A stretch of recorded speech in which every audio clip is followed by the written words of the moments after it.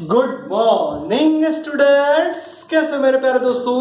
तो अब हम लोग जाने वाले हैं बहुत ही बेहतरीन कंसेप्ट कि साउंड की स्पीड एटमॉस्फेयर में क्या है।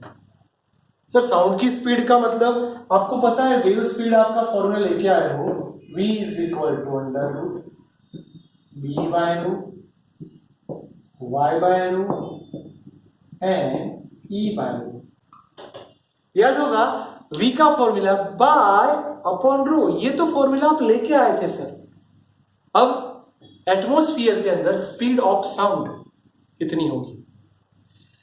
तो सर एक काम करो, एटमॉस्फेयर में जो भी प्रोसेस होती है उसको डिफाइन करने के लिए आपके माइंड में पहला ये होना चाहिए कि हम लोग एसटीपी पे फोकस करेंगे, standard temperature and pressure. Atmosphere में जो भी प्रोसेस हो रही है वो प्रोसेस के लिए हमें इक्वेशन पता है, PV is equal to mu R T. अब एटमॉस्फेयर में जो प्रोसेस हो रही है उसके बारे में सबसे पहले आए थे साइंटिस्ट जिनका नाम था न्यूटन। न्यूटन ने बोल दिया कि सर ये प्रोसेस आइसोथर्मल प्रोसेस है। आइसोथर्मल प्रोसेस है, इसका मतलब टेम्परेचर कांस्टेंट रहता है।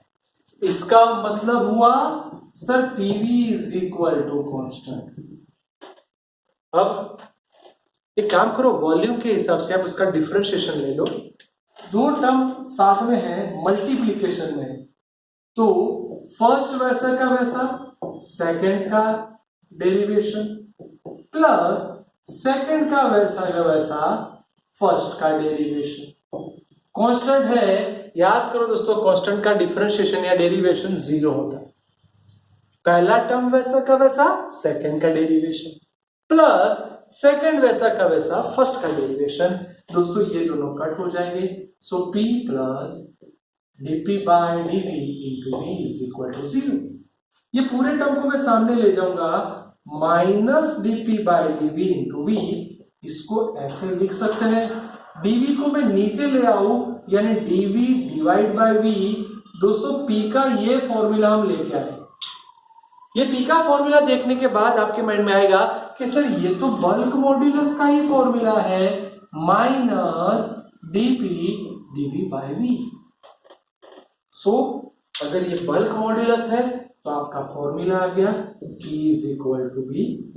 अब दोस्तों ये वेलोसिटी का जो भी फॉर्मूला था उसमें बल्क मॉड्यूलस की जगह आप प्रेशर लिख दो, आपका काम हो गया।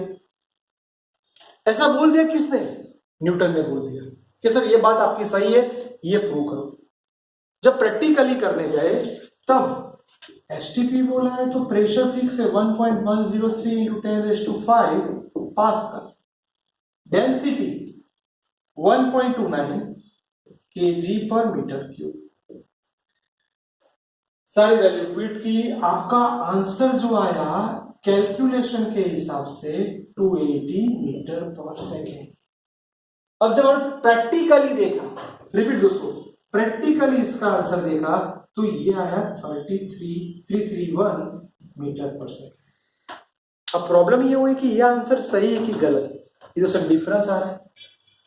इसका मतलब न्यूटन नाम के साइंटिस्ट ने जो बोल दिया प्रैक्टिकली आंसर उसके नजदीक नहीं आया। तब जाके दूसरे साइंटिस्ट आए लाप्लास। लाप्लास नाम के साइंटिस्ट ने ऐसा बोला कि ये आंसर में वेरिएशन आने का मतलब ये आइसोथर्मल प्रोसेस नहीं है, ये आइसोथर्मल प्रोसेस नहीं है, इसके जगह एडियाबैटिक प्रोसेस है। अगर दोस्तों ये एडियाबैटिक प्रोसेस है, इसका मतलब PV rise to gamma is equal to constant. Adiabatic process क्यों? क्योंकि यहाँ पे प्रेशर में इतना फास्ट चेंज हो रहा है कि जो एटमॉस्फेयर के अंदर एडियाबैटिक प्रोसेस में होता है। इसका मतलब पीवी रेस टू कांस्टेंट नहीं लिखना पड़ेगा, PV raise to gamma is equal to constant. मजा आ गया। अब इसका कैलकुलेशन करना, तो पहला वैसा का वैसा इसका डिफरेंशिएशन, दूसरा वैसा का वैसा पहले का डिफरेंशिएशन। अब इसका डिफरेंशिएशन कैसे करेंगे?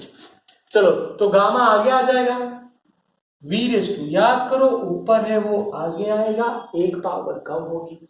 रिपीट दोस्तों, ऊपर है वो आगे आएगा, एक पावर कम होगी, इसलिए आपका formula gamma P V raise to gamma, -1 है तो इसको नीचे ले जाओ, plus dp by dv V raise to gamma is equal to 0। ये प्लस वाला टर्म सामने जाएगा, gamma V raise to gamma upon V minus dp by dv V raise to gamma cut हो गया। आपका कुछ फॉर्मूला आया, gamma p is equal to minus dp। दोस्तों ये भी ऊपर जाएगा फिर लास्ट में नीचे आ जाएगा। सर इसका मतलब ये आपका बल्क मॉड्यूलस का इक्वेशन है। सर मजा आ गया, बल्क मॉड्यूलस मिल गया। अब याद करो v is equal to under root b by rho था, उसकी जगह अब लिखोगे आप गामा p बाय रो। क्या अब आपका आंसर सही आ रहा है? पर पहले गामा को तो डिफाइन करो। आप सब जानते हो gamma is equal to cp by cv 1.47 by 5। जैसे ही वैल्यू ये पुट की, आपका आंसर 331.3 मीटर पर सेकेंड, यानी यह आंसर प्रैक्टिकली आंसर से नजदीक आ गया, देख सकते हो। यानी लाप्लास नाम के साइंटिस्ट ने जो बात बोली थी कि जो एटमॉस्फेयर के अंदर आइसोथर्मल प्रोसेस नहीं हो रही, एडियाबैटिक प्रोसेस हो रही है, वो परफेक्ट।